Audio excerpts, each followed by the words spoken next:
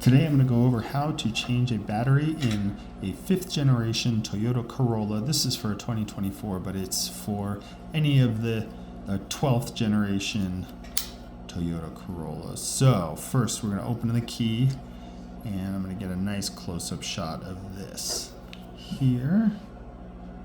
So we are going to take a flathead screwdriver and you pry right at this part or this part here or both if it doesn't pop. And you just have to get that right angle and just whoop.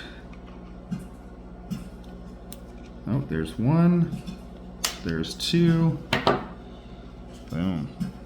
That opens it up. We have a little rubber gasket that pops off. Then you come here to this, and this battery is a CR2032, and we pop it out, and that's it. Then there's a little diagram of how the battery goes. It is positive side up, so this goes in here, and we put our little rubber booty back on. And then we cover that up and press firm until it snaps.